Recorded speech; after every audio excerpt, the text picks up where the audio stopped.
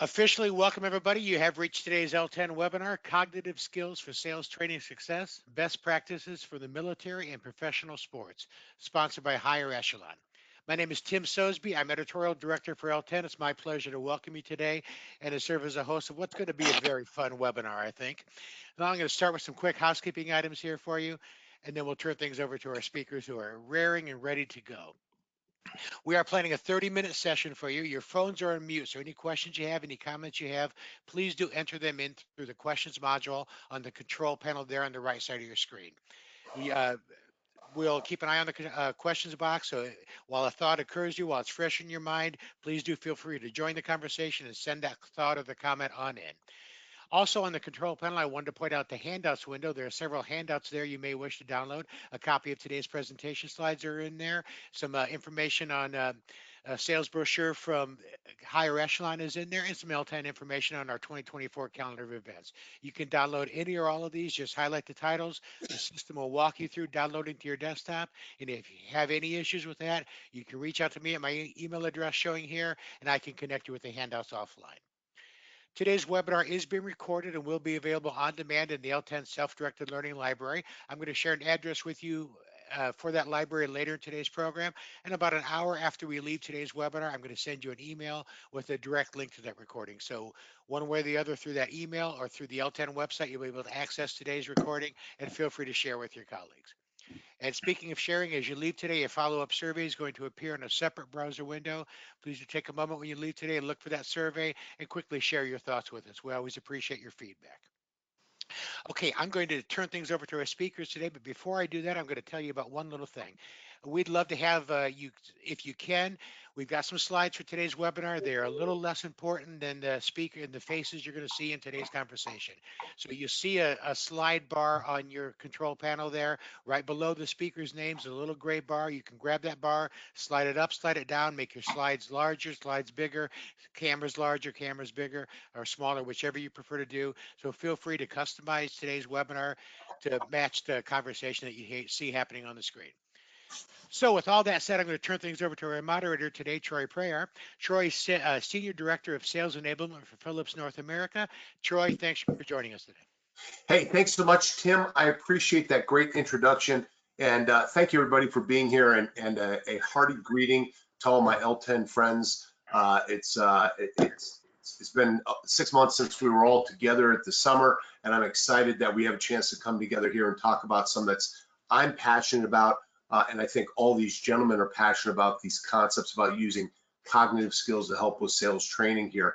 I'd like to go ahead and just jump right in and introduce our panel that we have today, and lead and start with Stephen Spalding. Steve Spalding is he's a subject matter expert for cognitive skills, having been a clinician and a practitioner of this up at the University of Vermont, Dartmouth, if I remember right, Steve, but also today works at Higher Echelon, a firm that Philips uses quite a bit, and for a lot of different change management, performance enhancement, things like that. And Steve's going to talk to us a little bit more about where these skills fit in, as well as the sports psychology side of it and the military side of it. Commenting on that will be John Crowder as well. John, most of you know, is the head of healthcare at Integrity Solutions. I am an Integrity Selling Certified instructor. Love it. It's still one of my favorite of all the sales methodologies that are out there. But John's also a former football coach at the Naval Academy, and I won't mention the score of the game that just happened on Saturday. I think most of you are smart enough, and I've promised I'm going to minimize my Army-Navy comments there with that. But John brings a great perspective as someone who's coached both athletes at a high level and now coaches salespeople and sees those parallels there. So he's going to offer his thoughts on that. Top right is Mark Molinar. Mark is a longtime friend. Disclosure, we did play football together. But he's been someone who's got a unique perspective. He's been a salesperson, sales leader, training leader, and most recently jumped to a brand new startup company that he's going to tell us about. He's going to explain how he's used these cognitive skills in those different roles and what he's seen and how they've been effective in terms of applying that to the sales opportunity. And then last but not least, here is my dear friend, David Brand, who is well known to the L10 community. David leads leadership development at GE right now, at GE Healthcare. And David's here to reflect a little bit more on kind of the sales training best practices that we're all aware of out there in the life science industry, and where this might fit in and how we might do that. So what I'd like to do is have Steve Spalding take a few minutes here, Steve, and maybe tell us, Steve, a little bit just quickly about your background, and then what are these 5 cognitive skill sets that we're going to be talking about today that apply to salespeople and should be considered for inclusion in sales training. Yeah, Troy, thanks. Yeah, so like you mentioned, not only in my clinical background, but certainly playing football at Army that did beat Navy this year. By the way, just to kind of throw that out there one last time, we'll probably leave it now at this point. But, playing at Army back in the mid-90s, there's a program there for the Center for Enhanced Performance that really emphasized the use of these skills. Used them a lot as an athlete personally then to advance being able to play and, perform on the field. Then later on in the military, an armored cab deployed to Iraq, and then moving on in the career, being able to bring that to Dartmouth College to build a performance program there modeled off the CEP and see teams and athletes employ these cognitive skills with great deal of success. I think the thing that I've observed over the years and why I'm so passionate, as many of you are, about these skills is the transferability, that performance really is performance, and being able to build these skills enables us to perform at a higher level, whatever it is we're trying to achieve. Right, in this case, it might be sales. So Tim, if you would go to the next slide, I'd love to just unpack these real quick for the audience so that we can start to engage in a conversation amongst us about what does this look like in a sales environment and training, certainly out in business. So if you look at this slide here, you'll see 5 buckets. And really, I kind of see the first 3 as skills.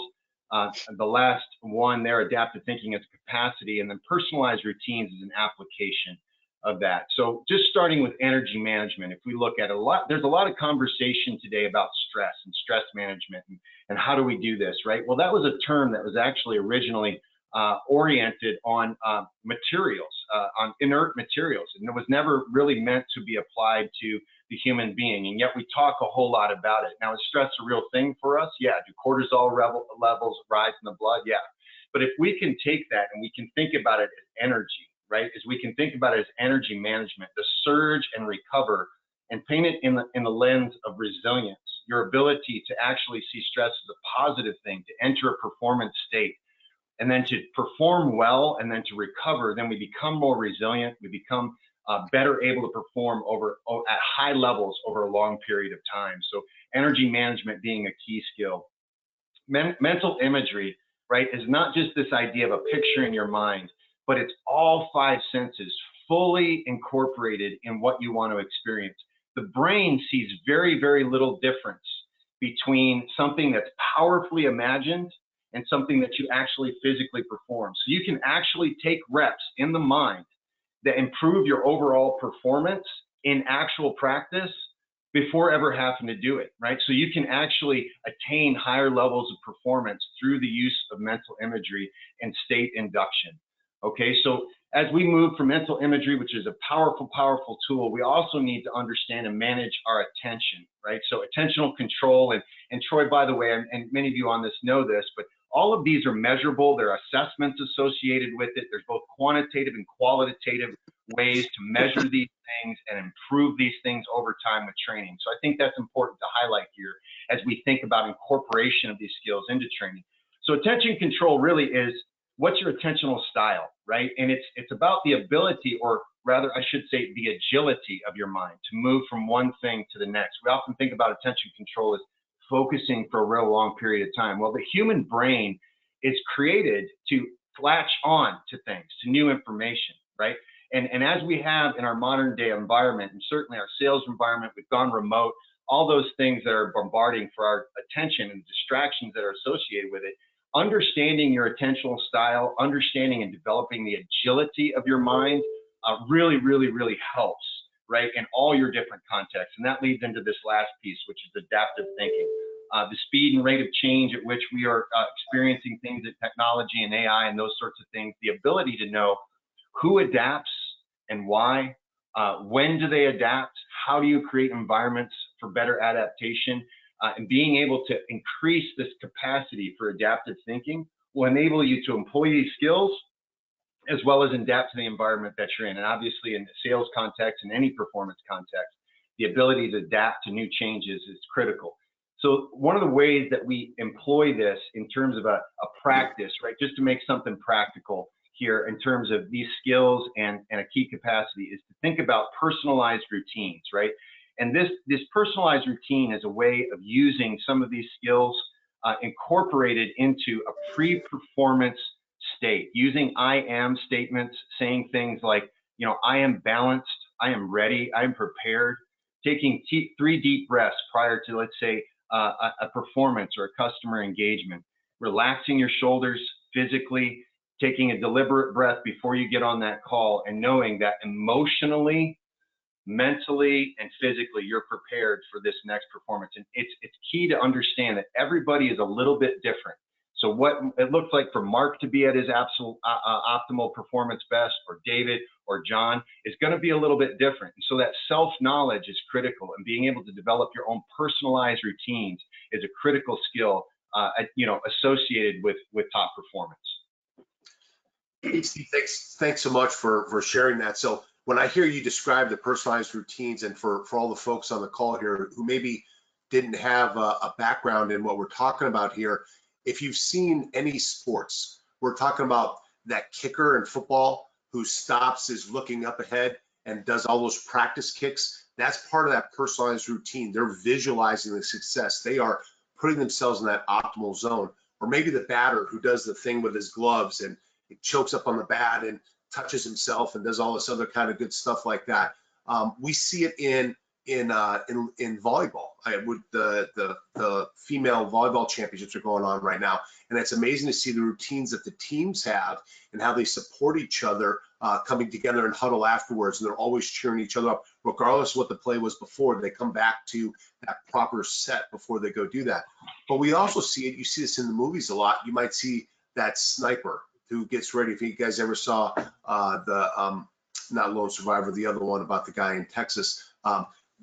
You see the way they breathe and the way they control their body, so they have optimal performance. We see that that's actually very common. This is standardized in a lot of the special forces on how they do these kinds of things. I would imagine if anybody out there has held a sales bag, you've also had this notion called sweaty palms. You've been out there, you've been nervous before you've been into that big presentation, or maybe the customer hit you with something that you didn't plan on. Or when we think about pre-call planning, we're really good at thinking about, you know, what are the questions I'm going to ask and who am I sitting? But have we sat down and visualized? Have you gone into that room that you're presenting ahead of time and seen yourself present? Have you planned and war gamed what does it look like when you get those questions? So all that goes into those personalized routines as we think about how this impacts sales. And John, I'd like to throw the first question to you if I could. You've had the wonderful pleasure of coaching elite athletes at multiple schools like that. And now you do this for organizations. You build incredible solutions, full-on sales training, full-on sales methodology, but also individual coaching. Can you talk about the parallels there of coaching athletes in that place and now coaching star performing salespeople? Well, Troy, first I want to start off by saying thank you for allowing me to be a part of this panel. And certainly, it's a great pleasure and an honor to be on with these fine gentlemen. You know, I think it's really interesting when you look at this, and Stephen and I do not work together, but it is so intriguing to me how paralleled our processes and our approach is to the sales process. And so I'll back this up a little bit and we'll talk about similarities between high-performing athletes and high-performing salespeople. And it's so interesting because we trained over 3 million people throughout the world in our process. But like industry, we do research, we look at outcomes, we see what's driving human behavior. And one of the things is it's not your activity, your intellect, your work ethic, all those things are important, right? But what we find is the biggest differentiator is goal orientation, right? That's a cognitive issue. Do I have the ability to focus on an individual call or an account? Do I have the ability to develop a focused plan for a quarter, for a semester, for the year, and then go out and execute?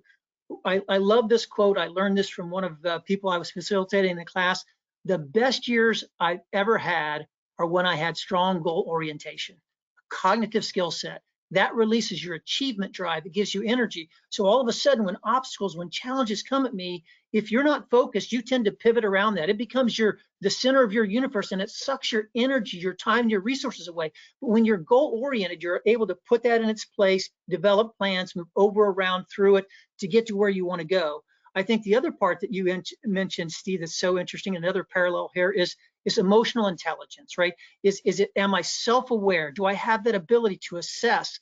People often ask us, can you train emotional intelligence? The answer is yes. When you learn about yourself, when you learn how you react to stress, when you learn techniques to manage that, to be a better teammate, you improve your emotional intelligence.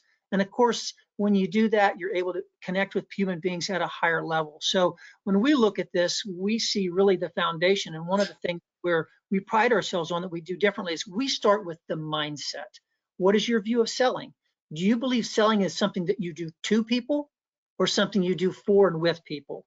I think the other thing that we have to do, and I'll try to add this real quickly, is that we have to think about how we train people in the industry. You get what you train to. So most people, when I say most, all people go into a sales role believing that selling is talking about their product. In our industry, because of oversight, because of regulation, we give them copious amounts of information. So we give you disease state knowledge, and we give you product knowledge, and we give you competitive knowledge, we give you marketing data, we give you clinical data, we give you all this information. So what does that literally do to the synapses in your brain? It strengthens your belief system, your foundational belief that selling is talking about your product. Well, that's not what we teach. From a consultative perspective, selling is identifying customer problems and offering solutions. And just think about this. If my value is in the information I provide, once I've provided that information, my value dissipates, right? But when my value is a problem solver, is a solution provider, when I change the way care is provided and outcomes, my value never ends. I just go from customer to customer. So I think, again, that's all related to the cognitive perspective of how we view selling, our belief system. Yeah, and we see that certainly in athletic teams and in the military. You see it with performance teams, and for those of us that have ever worked in the OR, you see it in surgical teams. And it's no surprise that those groups focus on these cognitive skills, because when it's not about me, but it's about the mission and it's about what we're trying to accomplish here, or meeting the customer's needs versus what I'm trying to sell, it makes a big difference. We're going to break apart a little bit more on how we train in a second, John. That's a great point. I'm going to come back to it. Before we do, though, I'd like to go to Mark. Mark, you recently joined a company called Microtransponder, which has fantastic new technology that is going to truly change the lives of many people with this ability to stimulate the vagus nerve there. But you're also an elite athlete, or you were an elite athlete, no comments, when you were at one of the top rushing programs in the country. But I've seen you firsthand as a colleague use those skills as both a trainer, as a sales leader, and now you're using it leading Microtransponder out there in sales. Can you talk a little bit about what that looks like in real world for our colleagues that are on the call here that maybe haven't seen it in action? Absolutely, Troy. And one of the things that I try to do in this new role is go out there and ensure that I'm learning everything that I can about my product, about the different call points, about any objections that I may handle. But it's always a new product. Even though I've been in this space for approximately 5 years, the physician call points are the same exact call points that I've been working with. We vacation together. We've been in cases together. We're all best of friends. It's still a new product. And when that new product has new objections, has new call points, now we're calling on C-suites, we're calling on PM&Rs, we're calling on occupational therapists.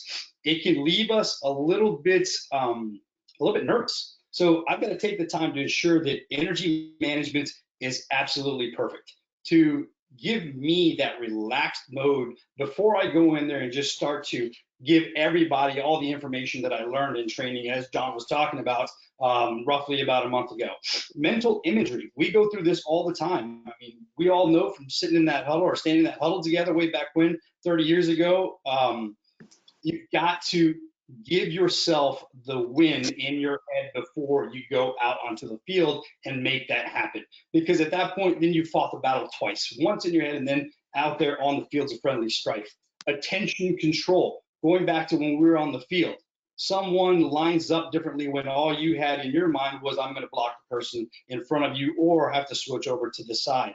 Or maybe a blitz, a different kind of defense when you had in your mind something else. You have to be able to ensure that you're giving proper attention and control to those external obstacles and challenges. Same thing happens with us each and every single day when we're in sales. All of a sudden, someone in the C-suite asks a question about reimbursements. Well, 2 days ago, CMS just announced their reimbursement changes for all of 2024. If I had gone in there, rested on my laurels, rested on my previous successes, without taking any of these cognitive skills steps into play, then I could have placed myself in a situation in a situation to fail. But instead, by falling back to my processes, by falling back to my skills, falling back to these concepts, I'm able to, again, take that deep breath, whether it be 5 seconds or 30 seconds, get back into my routine, which has been successful over all these years, and allow us to be able to score a touchdown, whether it be in the boardroom or on the fields of friendly strife. So it's impressive to hear you articulate that, because you rattle that off like you didn't even think about it. Your personalized routines are set, but those routines reinforce, just like you were saying, every customer's new that you're talking to, even though you have a relationship with these customers and you're selling to people you've sold to before, they're at differing levels of application. They're learning a new procedure. They're learning how to bill for it. They're learning how patient selection, all those things. So you're having to be adaptive by definition with each one of those conversations in there. But you're able to do that because you've got a routine and because you're aware of what success looks like. You have that image, all those pieces like that. So it's a wonderful example. Thank you for sharing that. Dave Brin, when I think of someone who has forgotten more about sales training than I have ever known, I think of Dave Brin. So it's in the encyclopedia like that. But I'm going to hit you with probably the hardest question. Why in sales training and in sales for what we do, why do we only get a few weeks, if we're even lucky, to break in a new rep, get them up to speed, and then send them out there? But yet our customers constantly have to go out and get CEUs, get recertified. You look at military people, they train year round for maybe one mission a year if they're lucky and they're up tempo. You look at athletes, they're constantly every day batting practice for a baseball player to get what, 3-4 ups at bat like that. Why do we not have more focus on these types of cognitive skills, these things that enhance everything we do in what we do today in the life science training industry? Yeah, it's a great question, Troy, and thank you for the call out and the mention and the opportunity to just sit amongst this great group of people. You know what? I will say that I wanted to come to you and say I've got these great answers. I want to be able to show you what the right path is. But you know what? Here's what's difficult, and it's difficult for even the audience, that's on this panel to maybe hear this and think about this. But I think what we all suffer from is the fact that a person like a Mark Molinar, who had a coach and it's like a personal coach with him while he was carrying the ball and doing play after play, he carried that mentality into corporate America.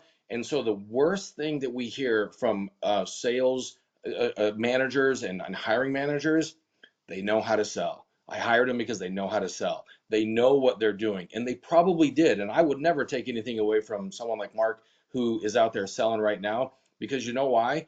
The 80-20 rule still exists.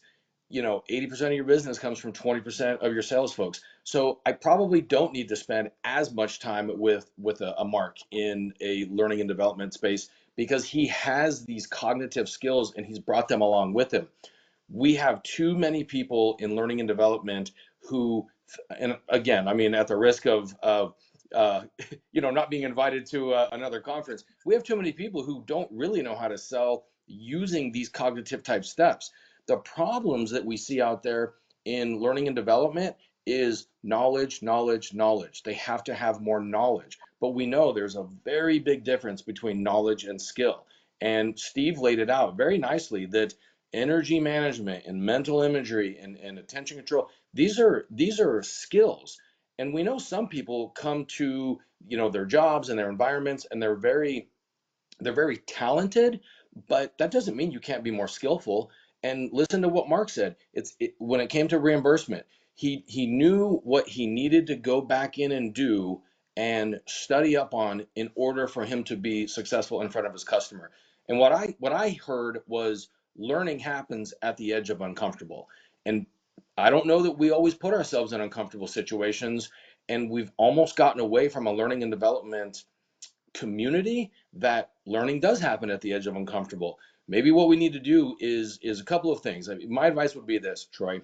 Number one is we need to take a look at how much knowledge we're trying to put into any individual's mind. And remember, if everything is important, nothing is important, right? And then the second thing, I guess I'm going to give you three. Number two is going to be that if you don't have a coach pulling through, giving those repetitions and reminding people what skill sets they are doing well and what they might need to be doing better, then really you're creating a forgetting curve even steeper and worse than it could possibly be when you even have a coach. And then the third one is cognitive skills, and Steve will continue to educate me on this, but I personally don't know that I see cognitive skills as it's like its own course. Cognitive skills needs to be built throughout curriculums in learning ecosystems and things of that nature. We don't have time in our curriculums to add more content necessarily, but what we do with our time, I think, is really where we could benefit. And that's really what I'm hearing from Steve and even from the best practices of, John being a coach and Mark being, like a player, and you, Troy, you also, you were on the field. So the tie-in between the athlete, the corporate athlete, and where we lost it in corporate learning and development, I think, is that we maybe have given ourselves, we have allowed ourselves too many times for the sales hiring manager to say, no, they do have those skill sets. We just need to get them the product knowledge. Dave, thanks so much. And to the audience, I want to remind you, please go to the Q&A session, and you can enter any of your questions there. We're happy to answer them. There's a couple that I see here already. Thank you. But if you've got a question as we're getting close to our time here, please go ahead and put it there. Dave, I want to follow up, and this is a question. I'll start with you, and then I'd like anybody else to chime in. So are you suggesting that you say don't have a separate course necessarily on that, but bake it into what you're doing? Is it better applied in post-training follow-up when you've got a sales manager working with you? Because I don't hear too many sales managers that actually get out there and do field rides and do post-reinforcement calls anymore like that. Is it something we should focus on in our simulations and our role plays on how that works and something like that?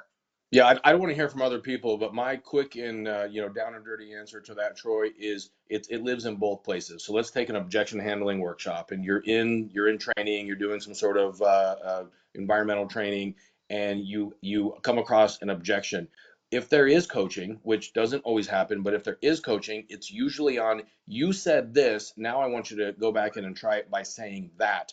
And where we have that opportunity, I think, to be better is, how do you feel right now? Do you feel confident in your answer? Do you feel that you're just talking in hopes that the customer doesn't talk over you? Like, we need to break those kinds of things down, because that's cognitive skill. And so it can be done in the training environment, but yes, it has to be pulled through in the coaching, in the setting, when you actually have the interaction with the customer. Thanks. Anybody else have something to add there before I go to our questions? Troy, if you don't mind, going back to our days playing back at the academy, and John, going back to your coaching, I can always remember when I hear that whistle and those three words, run it again, run it again, run it again, and you think to yourself, you know what, I did it correctly.